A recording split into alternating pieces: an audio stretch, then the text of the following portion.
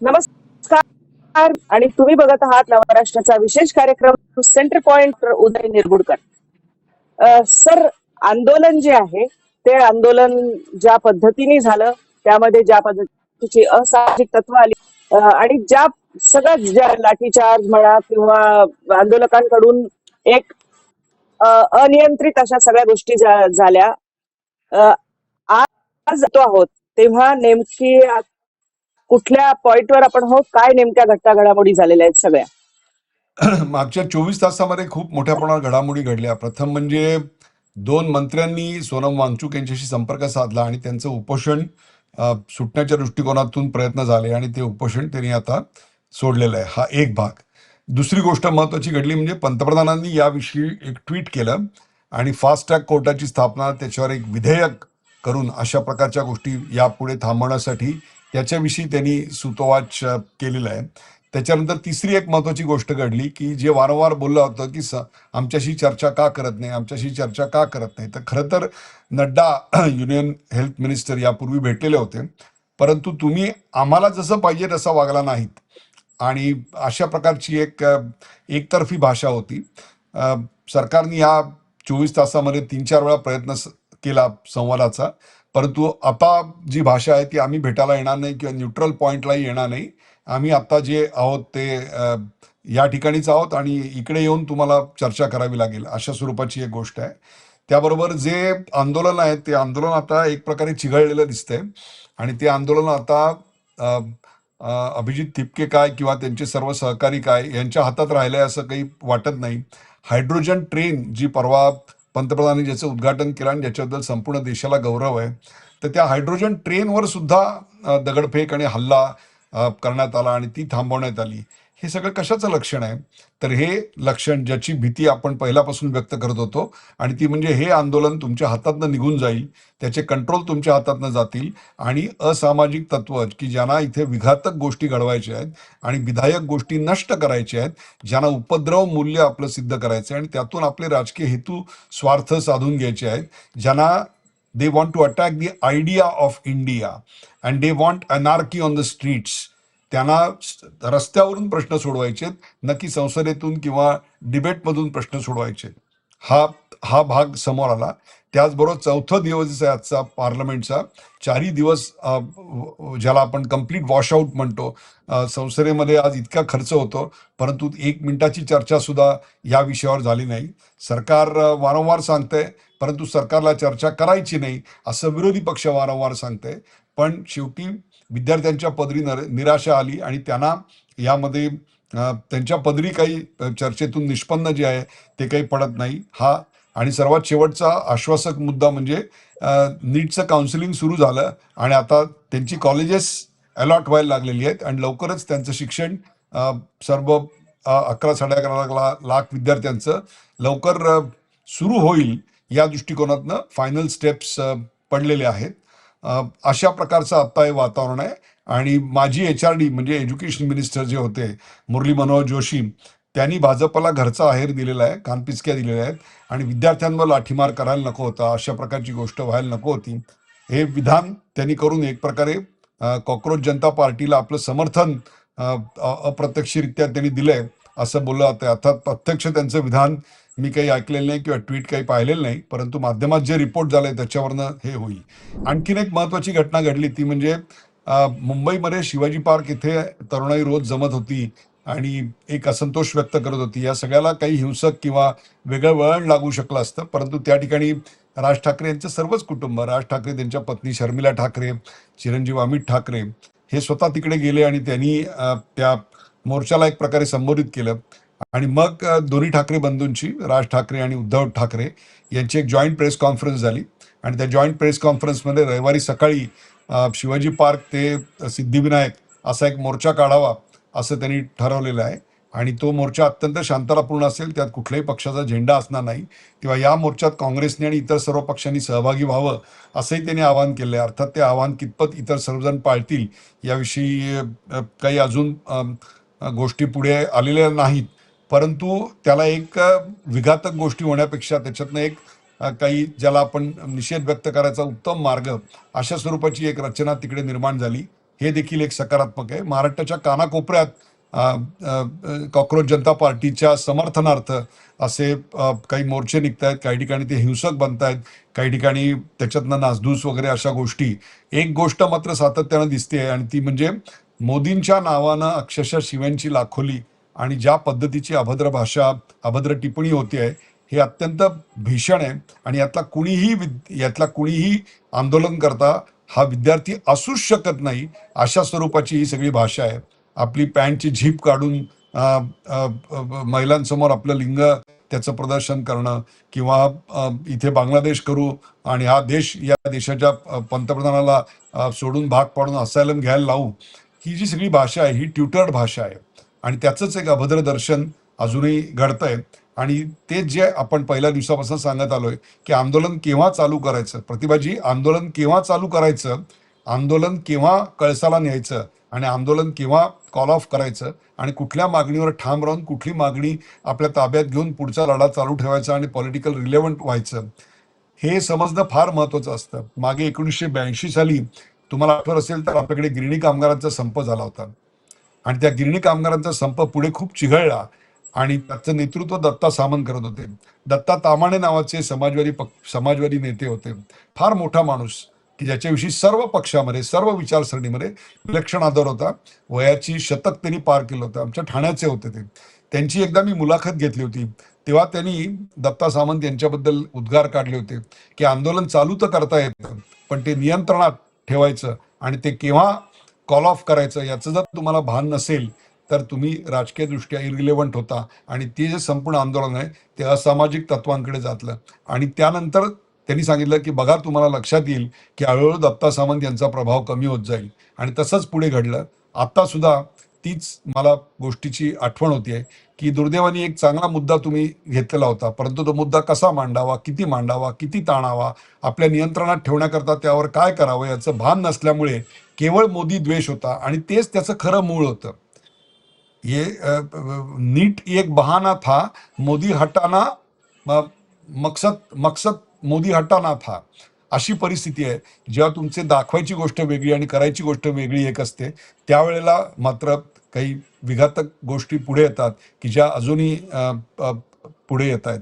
हे मागच्या 24 तासात घडलेल्या गोष्टी आणि त्याच्यावरचं काहीसं विश्लेषण किंवा टिप्पणी आपण म्हणू शकता. यातून एक नक्की होईल की सरकार यामध्ये परीक्षांच्या बाबतीमध्ये अधिक गांभीर्याने विचार करेल. पेपर फुटीची आपण जर परंपरा जुनी आहे, अनेक परीक्षांचे पेपर फुटलेले आहेत. त्यावेळी छोटी मोठी आंदोलनं झाली, पण या स्वरूपाचं आंदोलन कधी झालं नव्हतं. म्हणजे आपण अगदी सगळ्या सरकारांच्या काळातलं जर काढलं तर पेपर फुटीचे प्रकार झालेले आहेत. त्यावर या निमित्ताने का होईना एक अतिशय गांभीर्याने एक चांगला मार्ग निघेल हे निश्चित वाटतंय आता, कारण सरकार जाणीव झालेली आहे. तरुणाई आणि अगदी युवक जे ते रस्त्यावर आलेले आहेत अगदी आंदोलनाच्या बाबतीत. हा सर, बोला सर. अगदी बरोबर आहे. आपण एक कपिल शर्माचा शो आहे, कपिल शर्मा कॉमेडी वगैरे, त्याच्यामध्ये सलीम खान, हे जे सलीम जावेद मधले सलीम खान आहेत, सलमान, सुहेल खान आणि अरबाज खान यांचे वडील आणि प्रसिद्ध पटकथाकार, दीवार वगैरे चित्रपटांचं लेखन ज्यांनी केलंय, ते आलेले होते. आणि त्यांनी आपल्या कौटुंबिक वातावरण कसं होतं त्याचा सगळा लेखाजोखा, अतिशय सुंदर एपिसोड आहे तो. आणि त्याच्यामध्ये त्यांनी सांगितलं की आमच्या घरी गणेश नावाची एक व्यक्ती यायची. सलीम यांनी स्वतः सांगितलं. आणि ते आल्यानंतर म्हणे माझी मुलं अगदी त्याचं सर्व्हिस, सगळी सरबराई वगैरे ठेवायचे. का हे मला कळत नव्हतं. तर नंतर मला कळलं की तो दुसऱ्या दिवशी जो पेपर असेल तो पेपर फोडायचा आणि तो पेपर आमच्या मुलांसाठी घेऊन यायचा. म्हणजे तुम्ही लक्षात ठेवा, आता सलमान खान किंवा अरबाज खान यांना शिक्षण सोडूनही 25-30 वर्ष झालेली असतील. त्या काळापासून पेपर फुटतायत, त्याच्या आधीपासून फुटतायत. त्याचं जे मूळ आहे ते प्रत्येक वेळी बदलत जात आहे. आता जिथे परीक्षेचे सेंटर होतं तिकडे काही वेळा फुटलेलं दिसलं, मग ट्रान्सपोर्टेशनमध्ये फुटलेलं दिसलं, मग जिथे साठवणूक केंद्र होतं तिथे फुटलेलं दिसलं, आणि आता जे नव्याने येत आहे ते जिथे ओरिजिनेट होत आहेत तिकडे तुम्हाला फुटलेले दिसत आहेत. प्रत्येक वेळी याच्यामधले स्टेक होल्डर बदलत जात आहेत, परंतु याचे बेनिफिशियरी जे आहेत ते कोचिंग क्लासवाले आहेत. आणि या प्रत्येक वेळेला तुम्हाला कोचिंग क्लासचं काही ना काहीतरी कनेक्शन दिसतंय. आणि म्हणून कोचिंग क्लासवर एक क्रॅकडाऊन काही महिन्यांपूर्वी या सरकारने एका लेजिस्लेशनद्वारे आणायचा प्रयत्न केला होता. तेव्हा त्याला जो विरोध झाला तो किती स्पॉन्सर्ड आणि डॉक्टर्ड होता हे आपल्या लक्षात येईल. आत्ता सुद्धा जी मोदींच्या विरोधात निरगल भाषा वापरली जाते, आई बहिणीवरनं शिव्या घातल्या जात आहेत किंवा अ, संपूर्ण देशाची व्यवस्था उखडून टाकण्याच्या दृष्टिकोनातनं काही गोष्टी समोर येत आहेत. ह्या सगळ्याचं मूळ आहे की जे मी सांगतोय की सोशल मीडियाचा वापर करून तरुणांची माथी भडकवायची आणि त्यांना या देशाच्या आयडीएच्या विरोधातच उभं करायचं. मला सांगा, तुम्ही या आंदोलनामध्ये ब्राह्मणवाद से करो आजादी हे म्हणायचं कारण काय आहे? हा, मग याचा काय संबंध होता ह्याच्याशी? अल्ला तेरो नाम याचा काय संबंध होता ह्याच्याशी? हे सगळं जे आहे ना, ते आंदोलन भरकटलेलं आहे आणि हातातनं निसटलेलं आहे, याची लक्षणं आहेत. तुमची मागणी धर्मेंद्र प्रधान आणि ही सिस्टीम सुधारणे आणि जे काही विद्यार्थी गेलेले आहेत त्यांचे एक फेअर कॉम्पेन्सेशन, 1 कोटी रुपये तुम्ही जे सांगताय त्याची मागणी होती. परंतु आज ते सोडून सर्व गोष्टी इकडे होताना दिसत आहेत आणि ती व्यवस्था सुधारण्याच्या दृष्टिकोनातली मागणी मागे पडलेली आहे. आता धर्मेंद्र प्रधान यांचा राजीनामा हा विषय सुद्धा सोनम वांगचूक काढत नाहीयेत. मला तर असं वाटायला लागलंय सोनम वांगचूक आणि अभिजित दिपके यांच्यामध्येच काही गॅप पडलेली तर नाही ना. तर तेही एक दुर्दैव असेल असं माझं मत आहे की त्यांनी एक विषय लावून धरलेला होता आणि तो एका टप्प्यावर त्यांनी आणलेला होता, परंतु नंतर ते आंदोलन त्यांच्या हातातनं पूर्णपणे सुटलं, भरकटलं. आणि राजकीय पक्ष हे अतिशय चतुर असतात. त्यांना रोज अशा प्रकारचं तरुण एक गिराईक हवं असतं ज्यांच्या नावाला ते आता यांचा पूर्णपणे वापर करून घेताना दिसत आहेत. राजकीय पक्षातले मतभेद सुद्धा यावेळी बंद होताना आपल्याला दिसत नाहीत. आम आदमी पक्ष काँग्रेसवर टीका करतोय, समाजवादी पक्ष काँग्रेसवर टीका करतोय, काँग्रेस आम आदमी पक्षावर टीका करतोय, भारतीय जनता पक्ष काँग्रेसवर टीका करतोय आणि हे सगळं अशी जी रांगोळी तयार होते ती फार युवकांच्या च्या भविष्याची विषण्ण जाणीव करून देणारी होते. संसदेमध्ये चर्चा व्हायला पाहिजे होती. याच्यावर होम मिनिस्टरनी, याच्यावर एज्युकेशन मिनिस्टरनी, हेल्थ मिनिस्टरनी आणि याच्यावर प्राईम मिनिस्टरनी काही उत्तर देणं ठोस अपेक्षित होतं, परंतु ते चर्चाच तुम्ही होऊ देत नाही.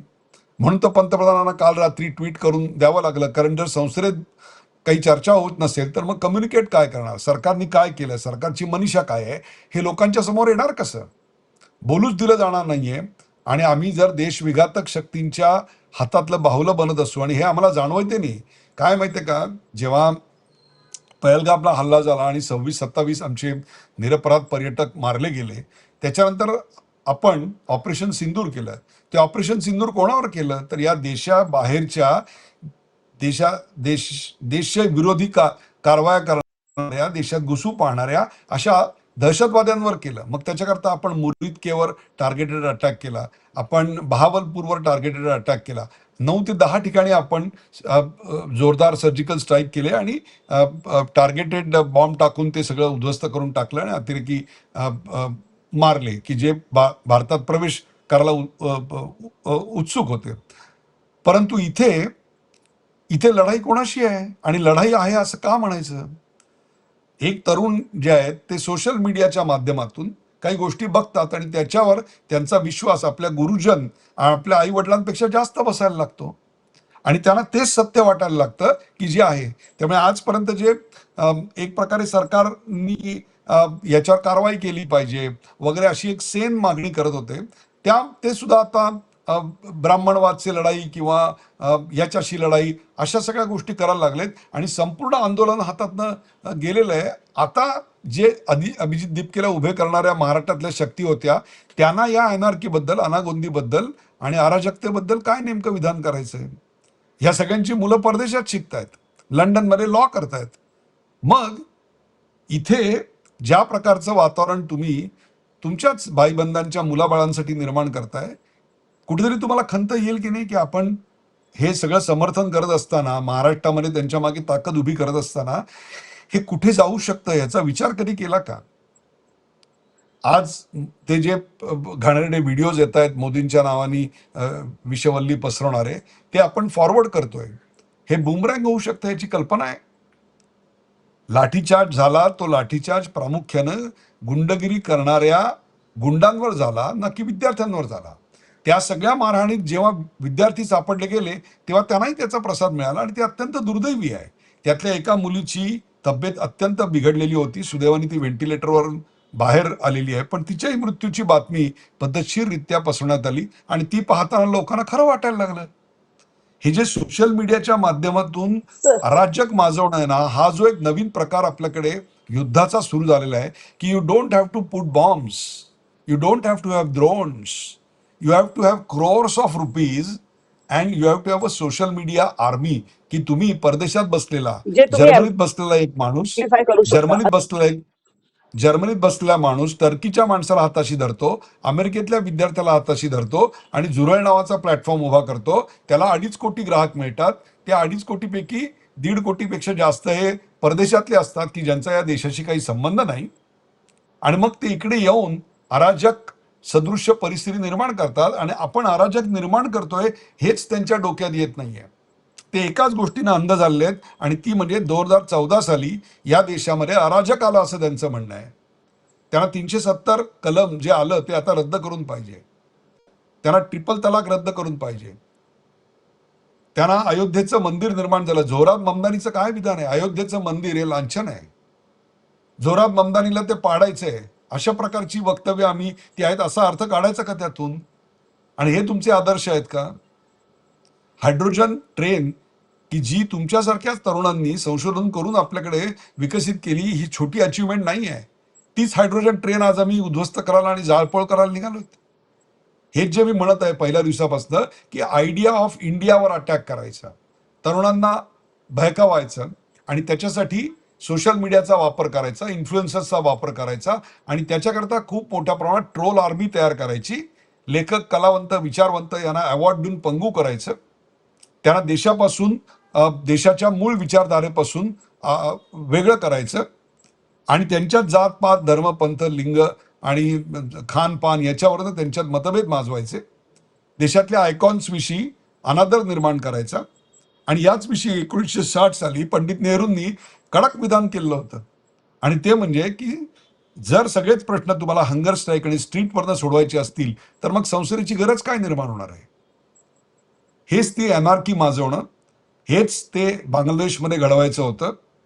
680 पैकी 400, मला वाटतं 70, माझा आकडा चुकत असेल पण 470 ते 480 पोलीस ठाणी जाळण्यात आली होती. हे जाळणारे कोण होते? हे बांगलादेशमध्ये घडलेलं आहे. आणि मागणी काय होती आणि त्याची परिणती काय आहे? आता इकडे ब्राह्मणवादचे मुक्ती, आता इकडे आणखीन याच्याचे मुक्ती, आणखीन किसान आंदोलनवाले याच्यात आले. कुठून आले? त्यांचा काय आता संबंध होता? खलिस्तानवाले याच्यामध्ये दिसायला लागले. काय संबंध आहे त्यांचा आता? म्हणजेच हा सगळा एक मोठा आंतरराष्ट्रीय कट होता.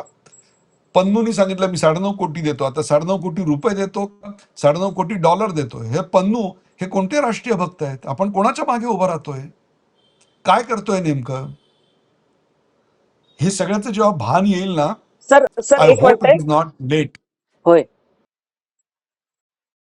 करेक्ट. महत्वाची गोष्ट आहे की जे राजकीय नेते असतील, मग ते कुठल्याही पक्षाचे असो, ते निवडून आलेले आहेत. त्यांना जनतेने निवडून आले आणि त्यांचं काही ना काही एक काळ समाजामध्ये, देशामध्ये काही छोट्या मोठ्या प्रमाणावर का होईना योगदान किंवा काम राहिलेलं आहे. त्यामुळेच ते निवडून आलेले आहेत बहुतांश. त्या सगळ्यांना सुद्धा हे मान्य आहे का अशा प्रकारचं अराजक जे आता उभं राहत आहेत ते? या अराजकाला जर यांनी पाठिंबा द्यायला सुरुवात केली तर आज जे जात्यात आहेत ते उद्या, म्हणजे सुपात आहेत ते उद्या जात्यात असतील. आपण संसदेतलं अण्णा आंदोलनाच्या वेळचं राहुल गांधींचं भाषण काढून बघा, त्याच वेळचं डॉक्टर मनमोहन सिंग यांचं भाषण काढून बघा. स्ट्रीट वर आपण आता जे बोलतो आहोत की हे सडकेवर प्रश्न नव्हे तर संसद व्हावीच कशाला, मग ह्या सगळे चिंता ज्या व्यक्त केलेल्या होत्या त्या त्यांनी पुन्हा एकदा आठवाव्यात आणि या सगळ्या तरुणाईला योग्य मार्गाला नेण्यासाठी. दुर्दैव असं आहे की एक वैफल्यग्रस्त तरुण आहे जो त्याला स्वतःला कळत नाहीये की आपण कशाच्या मागे उभं राहतोय. जेव्हा यांच्यावर खटले दाखल व्हायला सुरुवात होईल, जेव्हा हे नोकरीच्या बाजारात जातील, जेव्हा हे शिक्षणाच्या बाजारात जातील, तेव्हा त्यांच्या लक्षात येईल की ज्यांनी आपल्याला भडकवलं ते सुरक्षित आहेत आणि आपलं भवितव्य पूर्ण अंधकार. तर या तरुणाईला काहीतरी सांगणं गरजेचं आहे. आणि आणखी एक की ह्यातून सोल्युशन काय निघणार? मला असं वाटतं आता सरकार जे सातत्याने डायलॉग सांगतंय, तर विद्यार्थ्यांनी ते जे आहे की नाही जंतर मंतरवर आके तुम बात करो, याला अर्थ नसतो. अशा प्रकारे Jantar Mantar cannot be the parliament of the nation. This cannot be the precedence. सरकारने अजिबात या संदर्भात कुठली नमती भूमिका घेऊ नये. चर्चा जरूर करावी, सोल्युशन विषयी आग्रही असावं. सोल्युशन काढतो याविषयीचा कॉन्फिडन्स विद्यार्थ्यांना देण्यात आलेला पाहिजे, सिम्पॅथेटिक राहिलं पाहिजे. आणि मी या मताचा आहे की जे जेन्युइन विद्यार्थी आहेत की ज्यांच्यावर गुन्हे दाखल होईल अशी शक्यता आहे, कारण त्यांना भटकवलेलं गेलं होतं, अशा जेन्युइन विद्यार्थ्यांवरचे की जे आत्ता त्यांच्याकडे कुठल्या तरी विद्यापीठाचं कॉलेजचं कार्ड आहे, अशा विद्यार्थ्यांवरचे गुन्हे मागे घेण्यात यावेत. परंतु ज्यांच्याकडे असं कुठलंही गेल्या 10 वर्षात ज्यांनी कॉलेजचं तोंडही पाहिलेलं नाही, असे जे काही हुल्लडबाज आणि दंगलबाज इकडे आले होते, त्यांच्यावरची कारवाई मात्र अजिबात सरकारने थांबवू नये, कुठल्याही राजकीय प्रेशरखाली थांबवू नये. आणि let them face the music, let there be त्याचं एक जरब बसणे ज्याला आपण म्हणतो, ती जरब निश्चित बसली पाहिजे. संसदेमध्ये डायलॉग व्हायला पाहिजे. विरोधी पक्षांनी त्यांची भूमिका अत्यंत जोरकसपणे मांडावी, सरकारवर तुटून पडावं. विशेषतः if they want to target Dharmendra Pradhan, please target Dharmendra Pradhan, की धर्मेंद्र प्रधान इनकॉम्पिटंट होते, त्यांनी काय केलं, आणि मग त्यांना याच्यावर उत्तर देऊ द्या की धर्मेंद्र प्रधान यांनी नेमकं काय केलं. त्यामुळे संसदेमध्ये डायलॉग, विद्यार्थी आणि पार्लमेंट, विद्यार्थी आणि सरकार यांच्यामध्ये डायलॉग, आणि दूरगामी म्हणाल तर दोषींवर कारवाई तातडीने पुढच्या 2 महिन्यामध्ये दिसली पाहिजे. आणि तिसरी आणि अत्यंत महत्त्वाची गोष्ट म्हणजे हे असं पुन्हा होणार नाही याच्याकरता एक फुलप्रूफ सिस्टीम निर्माण करणे. आणि कोचिंग क्लास याविषयी जरा एक प्रश्नचिन्ह आहे, त्याचा शोध अधिक घ्यायला पाहिजे. आणि more jobs, create more jobs. आत्ता जे हाताला काम नसणं किंवा हुल्लडबाजीची आवड असणं, ही जी काही अनार्की निर्माण होते, सोशल मीडियाच्या निर्बंधाविषयी आता कुठेतरी विचार करायची वेळ आली आहे असं मला वाटतं. These are some of the solutions which I can think of. आणि लवकरात लवकर हा स्टँड अप सुटावा आणि विद्यार्थ्यांना आपण नेमकं कोणाचे बळी ठरतोय याची एक सुबुद्धी यावी, एवढीच प्रार्थना. आणि सरकारने देखील त्यांच्याकडे पितृत्वाच्या ममत्वाने पाहावं, आणि जे खरोखरच विद्यार्थी असतील त्यांच्याविषयी कोणत्याही प्रकारचा आकस मनामध्ये बाळगू नये. आणि जे विद्यार्थी जखमी झालेले आहेत त्यांचा पूर्ण खर्च सरकारने करावा. That is the truth. पण जे विद्यार्थी नाहीत आणि जखमी झालेले आहेत त्यांच्यावर मात्र कारवाई निश्चित झाली पाहिजे. या आंदोलनाबद्दल, आज या ज्या घडीला हे आंदोलन उभं आहे त्याबद्दल, आणि शिक्षणामध्ये आणि परीक्षा पद्धतीमध्ये सुधारणा कशा प्रकारच्या हव्या याबद्दलची तुमची मतं आणि कमेंट्स आम्हाला अवश्य कळवा. चॅनलला सबस्क्राइब करा आणि एका विधायक अशा जास्त लोकांपर्यंत पोहोचवा. कारण जे भटकलेले विद्यार्थी आहेत, ज्यांना कळत नाहीये की आपण जे करतो आहोत त्याचे दूरगामी परिणाम काय होणार आहेत, त्यांच्यासाठी एक कळकळीची विनंती की बाबांनो, कुठल्याही दुसऱ्या व्यक्तीसाठी कृपया दगड हातात घेऊ नका. तुमच्या पुढे एक मोठं भवितव्य आहे, एक अतिशय सुंदर असं जीवन आहे, आणि ते चांगलं जगण्यासाठीचे सगळे प्रयत्न करा. तुर्तास मी आणि निरगुडकर सर आपली रजा घेतो. धन्यवाद. धन्यवाद.